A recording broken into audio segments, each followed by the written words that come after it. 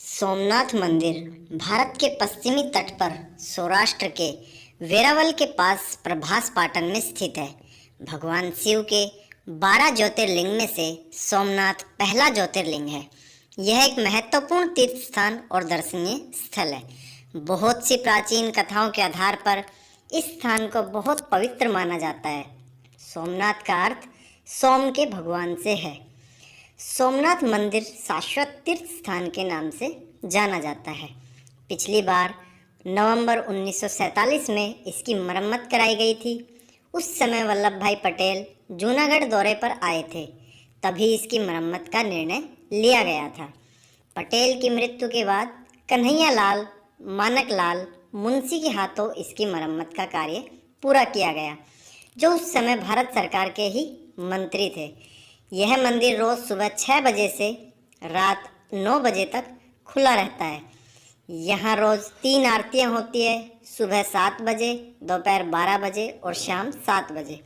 कहा जाता है कि इसी मंदिर के पास भालका नाम की जगह है, जहाँ भगवान कृष्ण ने धरती पर अपनी लीला समाप्त की थी। सोमनाथ में पाए जाने वाले शिवलिंग को भारत के 12 ज्योतिर्लिंगों में से एक माना जाता है। यह शिवजी का मुख्य स्थान भी है। इस शिवलिंग के यहाँ स्थापित होने की बहुत सी पौराणिक कथाएं हैं। इस पवित्र ज्योतिर्लिंग की स्थापना वहीं की गई है जहाँ भगवान शिव ने अपने दर्शन दिए थे। वास्तव में 64 ज्योतिर्लिंगों को माना जाता है, लेकिन इनमें से 12 ज्योतिर्लिंग को ही सबसे महत्वपूर्ण और पवित्र माना जाता है। शिवजी के सभी 12 ज्योतिर्लिंगों में से एक सोमनाथ में है और बाकी वाराणसी, रामेश्वरम, द्वारका इत्यादि जगहों पर स्थित है। प्राचीन समय से ही सोमनाथ पवित्र तीर्थ स्थान रहा है। त्रिवेणी संगम के समय से ही इसकी महानता को लोग मानते आए हैं। कहा जाता है कि चंद्र भगवान सोम ने यहाँ अभिशाप की वजह से अपनी रौनक खो दी थी और यही सरस्वती नदी में उन्होंने स्नान किया था।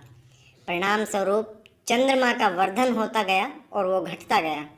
इसके शहर प्रभास का अर्थ अनक रौनक से है और साथ ही प्राचीन परंपराओं के अनुसार इसे सोमेश्वर और सोमनाथ के नाम से भी जाना जाता है।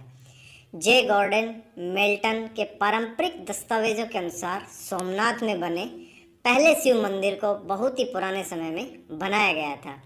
दूसरे मंदिर को वल्लभी के राजा 649 ईस्वी में बनाया गया था।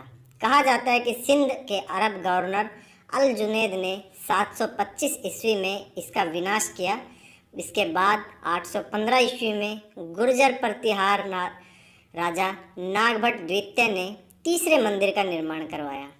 इसे लाल पत्थरों से बनवाया गया था, लेकिन अल जुनैद द्वारा सोमनाथ पर किए गए आक्रमण का कोई ऐतिहासिक गवाह नहीं है, जबकि नागभट्ट द्वितीय जरूर इस तीर्थ स्थान के दर्शन करने सौराष्ट्र आए थे। कहा जाता है कि सोलंकी राजा मूलराज ने 997 ईस्वी में पहले मंदिर का निर्माण करवाया होगा, जबकि कुछ इतिहासकारों का कहना है कि सोलंकी राजा मूलराज ने कुछ पुराने मंदिरों का पुनर्निर्माण करवाया था।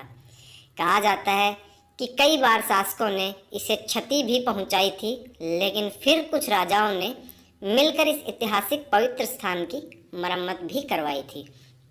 सन 1297 में जब दिल्ली सल्तनत ने गुजरात पर कब्जा किया तो इसे 5वीं बार गिराया गया। मुगल बादशाह औरंगजेब ने इसे पुनः 1706 में गिरा दिया।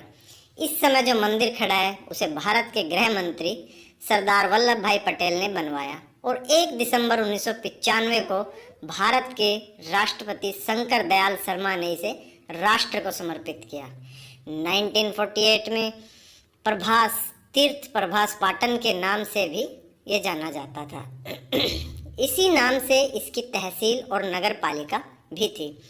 यह जूनागढ़ रियासत का मुख्य नगर था, लेकिन 1948 के बाद इसकी तहसील, नगर पालिका और तहसील कचहरी का वेरावल में विलय हो गया। मंदिर का बार बार खंडन और जीर्णोद्धार होता रहा, पर शिवलिंग यथावत रहा। मंदिर के दक्षिण में समुद्र के किनारे एक स्तंभ है। उसके ऊपर एक तीर रखकर संकेत किया गया है कि सोमनाथ मंदिर और दक्षिणी ध्रुव के बीच में पृथ्वी का कोई भूभाग नहीं है। तो फ्रेंड्स, इस वीडियो को यही समाप्त करते हैं। मिलते हैं नेक्स्ट वीडियो में, तब तक के लिए बाय।